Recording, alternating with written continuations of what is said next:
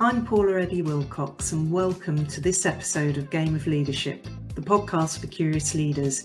In today's episode, we're going to be looking at the leadership journey of our guest and what unique traits bring them to be the leader they are today. Who knows what we're going to discover together, so I hope you enjoy the episode. Welcome to today's episode of Game of Leadership, the podcast for curious leaders. I am delighted to be joined by Leigh Howes, leadership coach and consultant. Welcome. Thank you very much for having me. I'm excited. Oh, now let me give you a proper introduction, Leigh. And I always apologise to our listeners because I always like to read this to make sure I get it just right. So if I stumble over my words, apologies in advance. So Leigh is an executive coach, consultant, guide and author of Foundations to Lead from and a speaker with 20 plus years of experience working with leaders. So we are in great company today, folks, and I am very sure there's going to be lots of little leadership gems dotted throughout our wonderful chat today and over the next 3 episodes together. Leigh, welcome. It's really lovely to have you. Thank you. Thank you so much for having me. I'm excited to be here and just really looking forward to the conversation. Brilliant, brilliant. Well, look, tell us a little bit about what it is you do to help leaders, first of all, and then we'll get into your leadership journey. What do I do to help leaders? I think I try to put this in sort of 3 pots. What do my clients come to me for? And the first one I would say is often they will come to me because they feel like they need to heighten their self-awareness. In fact, I was asked the other day, how do I know when I have more self-awareness? And I said, the fact that you're asking the question is a really good indicator that you have more self-awareness than others. So there's a start on the journey that they recognize that they need to do more in terms of their personal and professional development. So there's that piece there. But really the journey that they go on with me is we are looking to elevate their leadership so they have a greater impact. Whether that be they're running a business by themselves, or they have a team, or they're actually in a more established corporate career. They are either responsible for themselves or they're responsible for other people. So we're elevating their leadership so they can have a greater impact, but they're also looking to enhance their communication, which is a key part of the curiosity that I like to talk about, because really what we want to do is really get them to elevate that as well and really consider how they have conversations that are much more meaningful, so that they can have not only a greater impact, but really have a much better insight into the person and persons that they are supporting and leading. So it's really all realms of leadership that I work with them on. Yeah, absolutely fascinating, Leigh. And there is so much out there that you can work on with people. And interestingly, around your book and talking about foundations, always talk about that first with clients. You've got to lay the right foundations for yourself before you can then start thinking about leading others or leading a business or organization, whatever it is they're doing. So, making that foundation for themselves, getting, I talk a lot about purpose, so connecting with their purpose first, so they know why they even get out of bed in the morning, which is a great place to start. And then they can help pass on that passion and enthusiasm to others in the work that they do. And it's, we're extremely aligned, I think, on how we're supporting. Yeah, so much so. Sorry to butt in, Paula. One thing I didn't say I'm really passionate about is that they don't sacrifice their soul along the way. And I think in this very fast-driven kind of tech era that we're in, it feels so important. I think particularly, with humans in general, but certainly for leaders when they're looking not only after themselves but for other people. You're absolutely right. I agree. Yeah, and I just wanted to pick up on that communication piece as well, because so many people get it wrong. And just being able to pitch whatever it is you're saying to the right audience at the right time and bring them along with you really is a skill. And I think we're so assisted these days. ChatGPT is another example of that coming in, where we can just go, oh, tell me 5 top tips for leadership or something. It's like, well, it takes all the effort out of it. What about all the knowledge that we have? And I'm not saying there isn't a place for stuff like that at all, but being able to articulate yourself, know the key messages, what's going to land well, who you're speaking to, being able to encourage them to buy into whatever that message is you're sharing. And sometimes as leaders, that's terrible news. We're downsizing the organization, for example. Being able to help people understand what's going on and how they're going to be supported, because all they'll hear in that message is, that's about me, what happens for me. So being all those skills and helping people think about that, I think is a massive piece of how to lead. It really is. I think you're right that we've become, in fact, these are not my words, so I don't want to take them, but a mentor of mine that I work with currently talks about the fact that we've become so efficient in our communication that we're no longer as effective. And I think, you make reference to ChatGPT. I think we have all these tools that are around us, which are fantastic. And that's what they are. They're tools to enhance. But the problem that we have, and I know you have a daughter yourself, I have a teenager, and I think, just in seeing how they communicate, that sort of generation and the layers that they're missing, that we have to almost add in, because it can land wrong. The tone can land wrong. You can still deliver a difficult message and still do it with kindness and humility and, empathy. And I think it's really important that we're not avoiding those conversations, but we're also ensuring that we are delivering them in a way that lands right, and we read the other person. As you say, it is such a skill to develop. And I think it is a continual evolution of practice in my view. Yeah, I totally agree, Leigh. And those tools that you rightly call them, they help us enhance things. But, let's be clear, we don't want them to take over, because you need that human element. So those softer skills, may I say hallelujah, because organizations are starting to wake up as to how important they are, because, you need empathy. You need kindness and all of those softer skills that people think, I just need someone to deliver the KPIs and the sales and the blah, blah, blah. No, it's not all about that anymore, because actually if you take care of the other side of things, the sales, the KPIs start to blossom anyway. Absolutely. It doesn't need to be one or the other, right? The two should be going hand in hand, for sure. Absolutely. And that doesn't belittle the need for great performance either. But you need this other stuff to go along with it, because I've seen leaders that don't have the softer skill side of things, if we're going to call it that. And, they can't continue. They aren't able to, that's the way to say it, continue in the same way for very long, because they start to put noses out of joint along the way, and things start to fall apart, without bringing in this other side of things. They just upset people, I suppose is the right way to put it. I think I like to call it that level of emotional intelligence, because for me it is about reading the room and adjusting that style. And I think sometimes it's just really, isn't it, about being able to have that flexible leadership style that says, okay, so who's my audience here?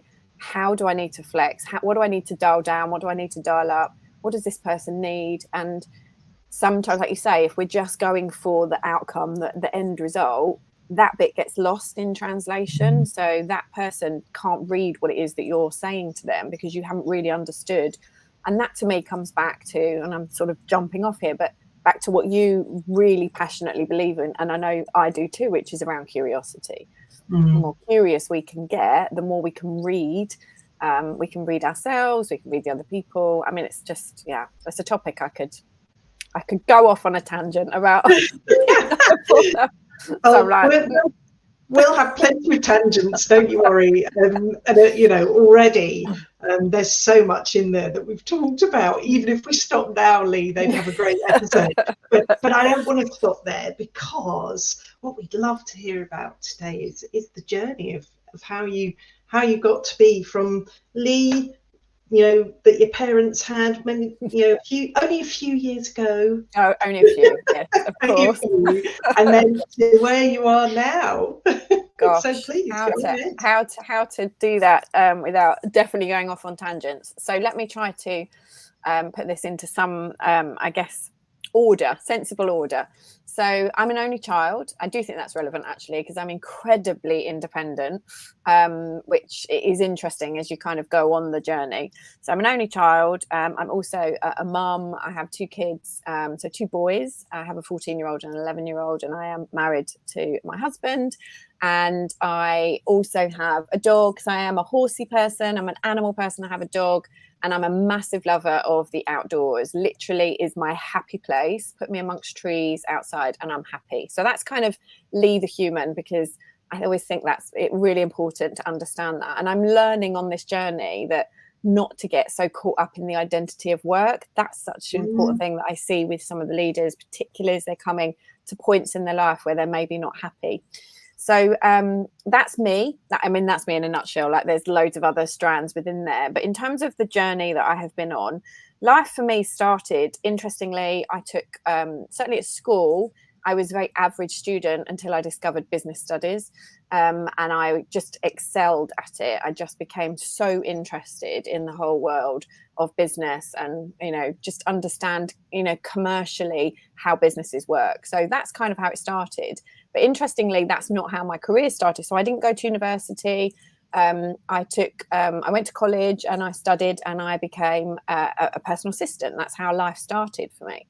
And what I realized, I was a really good personal assistant. I don't like particularly being told what to do, because I realize I'm very independent. I'm an independent thinker and quite a critical thinker. So I can recall really early on in my career, my boss saying to me, would walk out of his office and bring me one sheet of paper and say, please, could you photocopy this one sheet of paper, as he'd walked past the photocopier. And I used to think to myself, why could you not do that on your own? And I think, again, that to me probably plays out a lot in the leadership work I do today, because, again, it's about reading the other person. Do we have to ask them to do that? Would it be easier for you to do it yourself? How does that impact the other people? All that kind of stuff.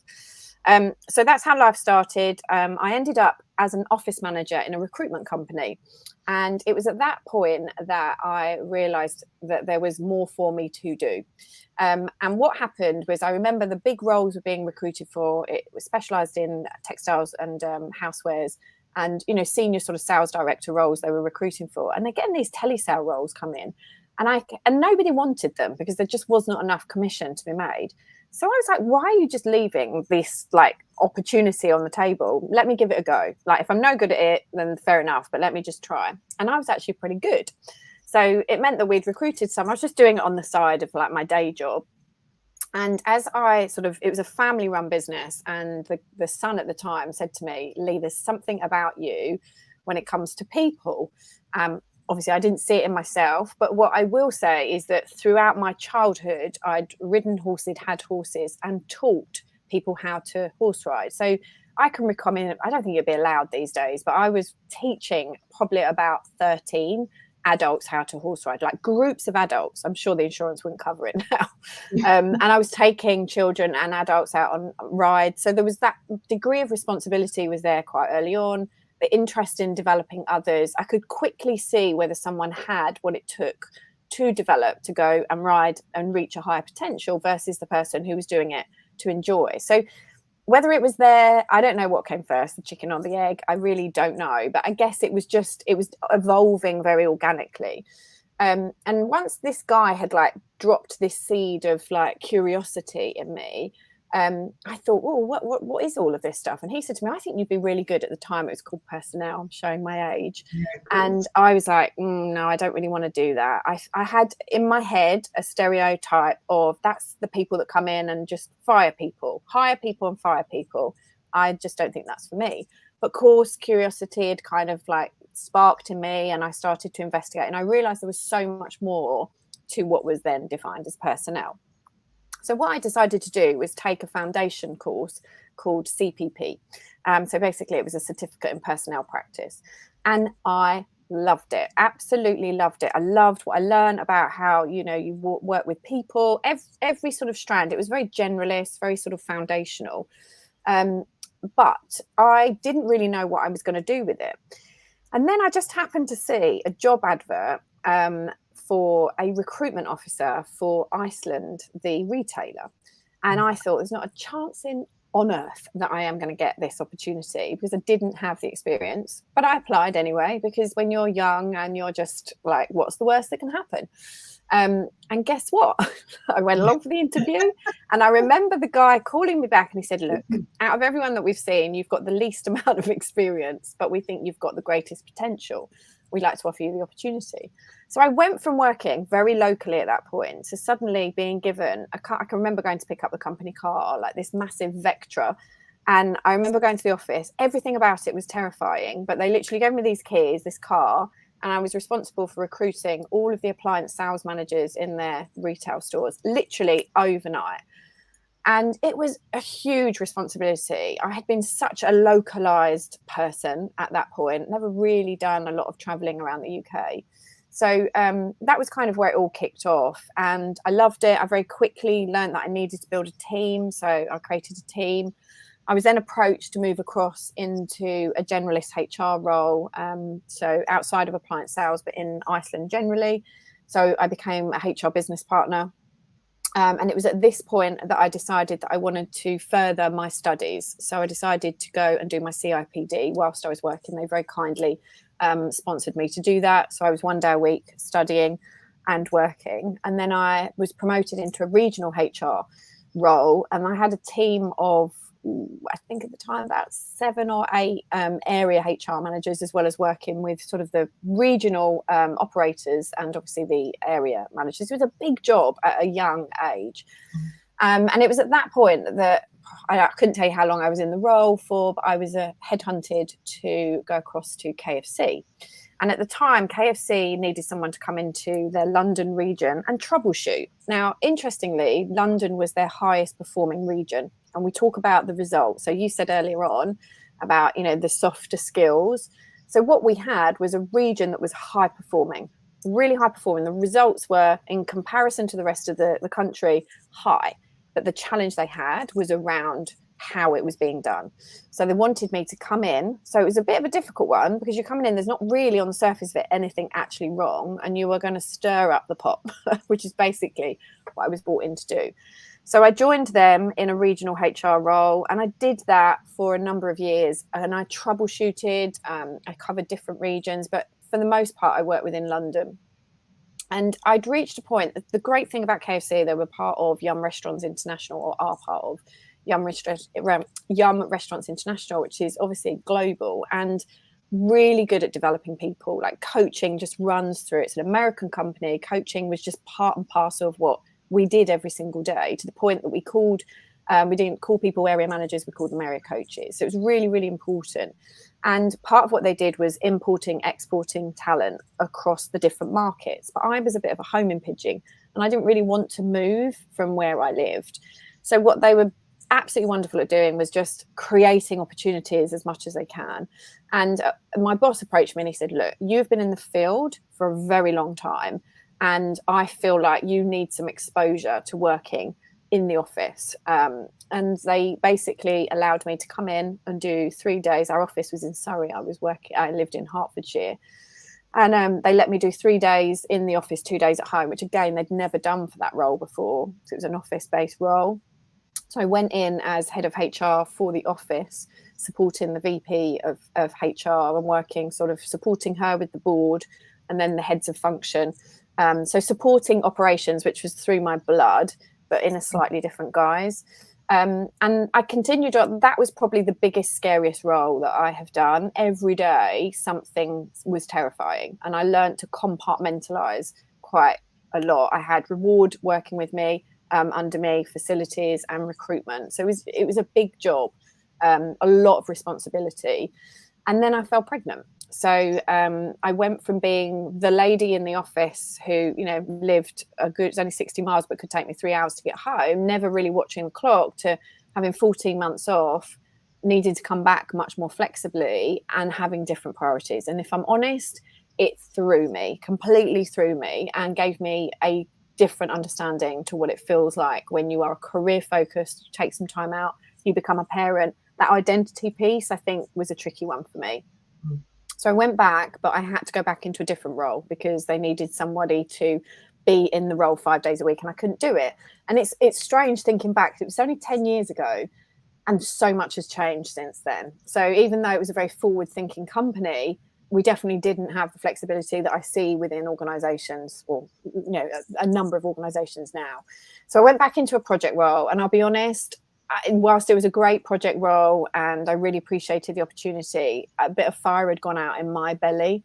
I just feel like I'd plateaued, and there was a lot of emotion that was sort of bubbling up with me. And my boss at the time obviously understood that, and it was great that an opportunity came up to be seconded to go across to our sister company, Pizza Hut. So Pizza Hut was based in Boreham Wood, which was a lot closer for me in terms of travel, and it was working within their delivery function. And it literally brought all of my sort of experience and career into this beautiful melting pot. So I was partnering with the managing director of delivery, but also partnering with the ops director, and had my foot in the franchise camp as well. So we were leading some refranchising, working with the just across the board, but real back into the operations. And I continued doing that. I absolutely loved it. I felt like I'd come home again. It was working. The blend of being a parent was working for me.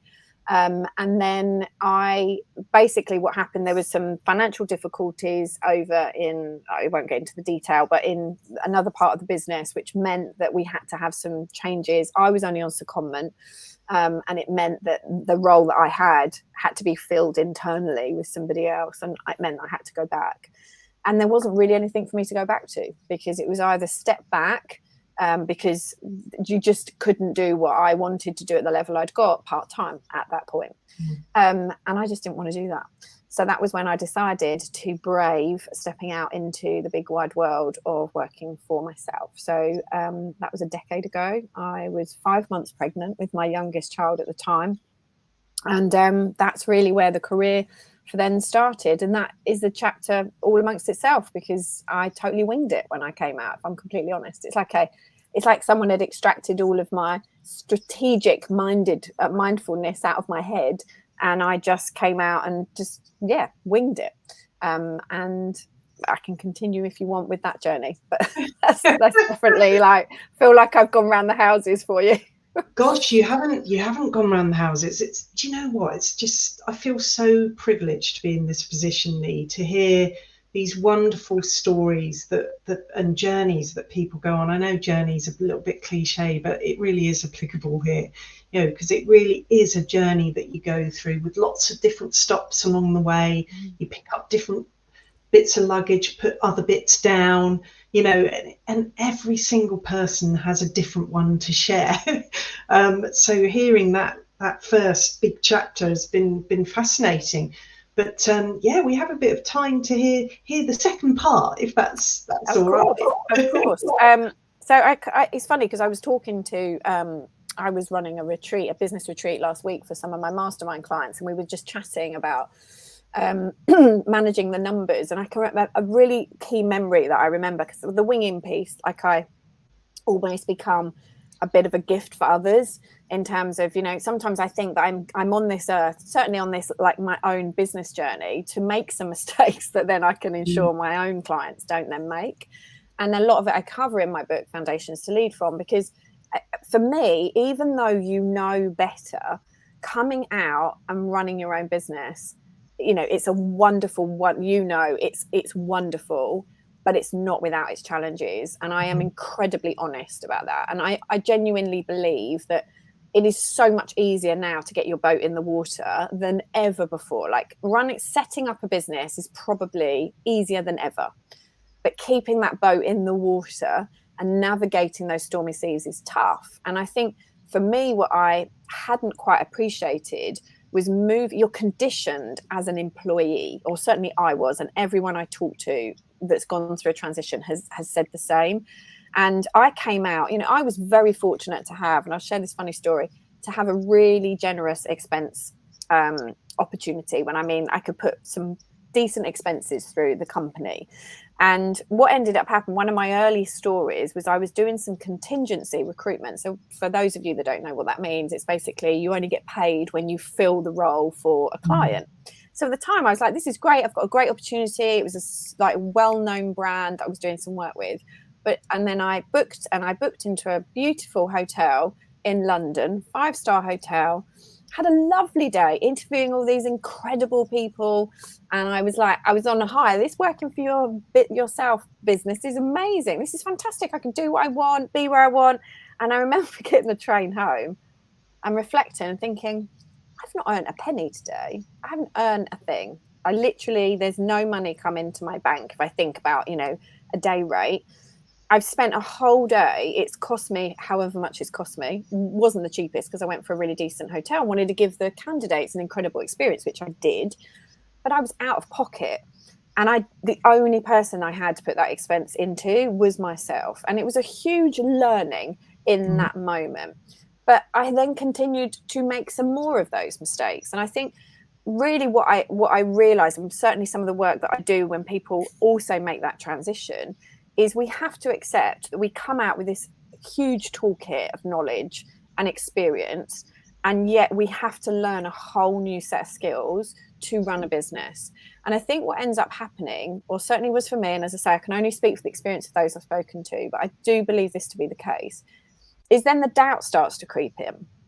The doubt creeps in about whether you can do this. And actually, I have to remind people, it's not the doubt about your ability to deliver for your clients, assuming you're coming out and doing what you've done before or a version of it. You're not learning something new. But it's the business piece that needs the skill set development. And I do think sometimes we forget that. And interestingly, back to your point about the softer skills, it's also learning about yourself along that journey. That self-leadership is really important. So one of the things I talk to clients who are running a business but maybe running it independently is they think, oh, I'm not a leader. And I'm like, honestly, like you said, you've got to master this leadership of self. And that's something I had to learn. So in terms of the journey, I came out into very much a consultant like role. So I was doing loads of HR, very, very generalist. But I really quickly realized that actually I didn't have to do all of those things, because even though I had to do that when I was employed, I got to choose. And what I really loved was, the development of people, the coaching. And I just went on this journey of like discovery and experiment and trying this and trying that. And that was great. And there were some learnings along the way, which I know we can talk about, later on. But I think like that initial one was that conditioning and these skills that you need to develop, but also realizing that you do get to choose how your business looks and feels. And I didn't really learn that until much further in. So I was unconscious of it, if I'm honest, which is why the whole piece around self-awareness is important to me today. I realized that I was working hours I didn't want to be working. I was working probably with clients that I didn't necessarily want to be supporting. And I was riding the feast and famine roller coaster, which sucks, basically. It really sucks. And that's been a big learning kind of along the way and figuring those things out. But where it leads me to today is that I feel like I've gone sort of full circle with all of my experience, all of the journeys that I have gone on. And I feel more able than ever to be able to support who I support, because I have an incredible toolkit, but I also have personal experience that I think a lot of people resonate with and appreciate, because I can empathize and still challenge around, what needs to happen and change and be right for you in order for you to, develop. So if I look at what I do today, it is a mixture of coaching and consultancy, because what I find is you're established, dare I say, a career leader. So somebody who maybe is, I don't know, might even be employed by an investor to be running an organization, but in some ways still has some conditioning as an employee. They need a slightly different level of support. And often that will look like executive coaching, because they prefer to work one-on-one, versus somebody who perhaps runs their own business, whether they are established in their business, which is normally when they come to me, further along the way, and they either want to work within a group or they want to work, independently. They may need coaching, stroke mentoring, stroke consultancy development. It's like a hybrid. And I've realized that, the things that I do today, the things that I love to do. So I've picked up some development along the way. I'm a strengths coach. So I'm a master strengths coach with Strengths Scope themselves. I am a certified guide of exactly what to say, which is the work I'm doing around communication, really enhancing and elevating that. Obviously accredited executive coach with the ICF. All of these things no one ever asks me about, quite honestly. No one's ever asked me about any of those credentials at all. But I do that as much for my clients so that I can continue to be able to deliver for them as I do for myself. So there are other strands within the journey of that, and I know we're going to talk about those, so I haven't delved too much into them, but that's certainly, it's been a journey, and one I've loved for the most part. And certainly at times have wanted to fill in an application form and go back and be employed. I'll be honest, every time I do that, I go, no, that's what spurs me on to carry on and do what I'm doing. So yeah, that's me. Wonderful. So many wonderful things in there that make you who you are, Leigh, and that, that's why this is so lovely to hear everybody's individual stories, because we're so unique and all bring such different things to the table, which is wonderful. And there's so much in there that you talked about, and that piece around, sort of leaving and being employed and then starting on your own. Yeah, no one tells you that you have to be your own IT support, your own accountant and all the rest of it. Yes, we can get people to help us with these things, but at the start you can't afford to do that.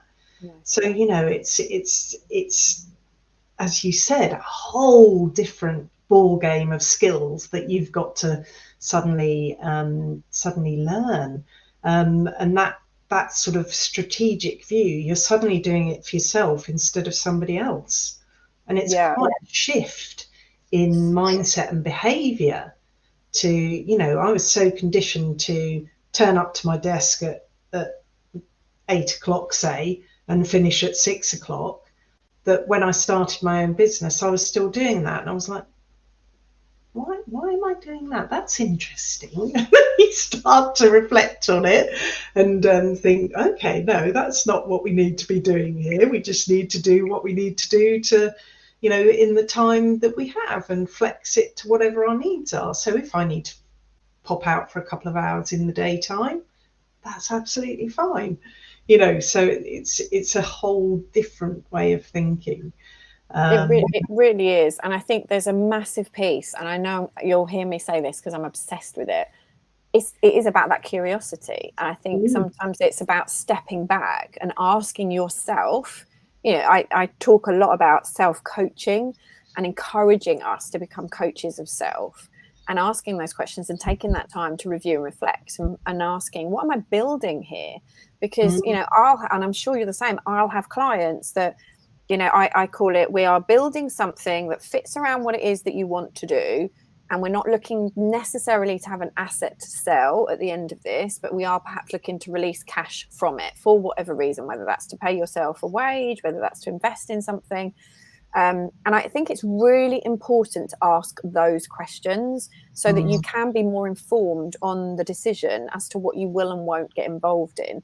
If you are building an asset and that asset is something that you want to leave as a legacy, so you do want to have something to sell or hand down, then we're going to be looking at your role as a leader within that business very, very differently. I've got incredible coaches who love to coach. They're building a phenomenal business. They have wait lists coming out of their ears, but we're not building an asset to sell. And it would be wrong of me to be helping them to do that if that's not what they want. So it's about understanding that piece, this cookie cutter approach that I think is, often out there. It's like, whoa, let's be clear. So we can do that for ourselves. Ask ourselves that question: what are we building here? And what do we want the journey to look like as we're building it? Because do we want to be constantly in the fast lane on the motorway? Or actually, we're happy to do that for a bit, but then we want to move, into either, the cruise control and I think we don't ask enough of those. I certainly didn't when I started asking myself any of those questions at all. I just came out. And there's something beautiful about that naive ignorance, which, which is what got my career started and gets a lot of people. Sometimes I wish I still had that. Sometimes when you don't know what you don't know, you just do it, right? And that's probably where the mind monkeys come in and start telling us we can't do it, because we're carrying this luggage you talk about, wheeling this Lincoln, suitcase full of stuff. With all the different bits we take in and out along the way. Yes. Chuck out the washing along the way. Get rid of it. Let's be clear. Let's throw out a couple of big bricks. We don't need those. They're really heavy and painful and annoying. They really are. They really are. Absolutely. I mean, gosh, fascinating stuff, Leigh. I think we could chat for hours and hours. So let's hold those thoughts for, we're lucky enough because we've got you back for another couple of episodes. So thank you so much, because we've got real insight as to where you started to where you are now, and the sort of two halves, if you like, of the career there, and then the second half building that career for your own business, which is a huge achievement. Not that you need the validation from me, but I'm doing the same, and I know what it takes to get to where you want to be in your own business. So amazing achievements going on there, and so much for our listeners to learn and pick up and bring into their own leadership along the way. Lots about opportunities in there, people recognizing and giving you opportunities, but also being forward thinking and giving others opportunities, so that you can create that culture of opportunity for people where it's okay to take that risk. And if it doesn't work, it's okay to say, didn't work, what did we learn, and let's do something else. Really encouraging people and organizations to be able to do that, whether you're a small business and you're creating those opportunities for people in your own business, or whether you're operating as a leader within a huge organization. You all have a part to play, and all, I talk about choices. We all have choices we can make. Whether we decide to open that up and help others, that's a choice. Whether we decide not to, that's a choice. Whether we don't make decisions because it's too difficult, that's a choice. And people won't want to hear me say that, because they'll say, well, I'm not making a choice because I'm not doing anything. That's a choice within itself. So, exactly. So it's really interesting. So we will hold some of these thoughts, and thank you so much, Leigh. It's been a pleasure chatting to you today, and we'll be back with you next week. Have a great week in between. Thank you so much for having me. I really appreciated the conversation. You're welcome. Thank you for listening to today's episode of Game of Leadership, the podcast for curious leaders. Today, we listen to the leadership journey of our guest and how they got to be where they are today. Now, in the chats, we talked about all sorts of different things, and there are lots of bits and pieces in there that are going to mean something different to each and every one of you. You'll all have your own unique takeaways, so I encourage you to do a bit of reflection now and see what this might mean for your leadership moving forwards. I'm Paula Eddy Wilcox, and I look forward to seeing you on Game of Leadership, the podcast for curious leaders, next week. Bye for now.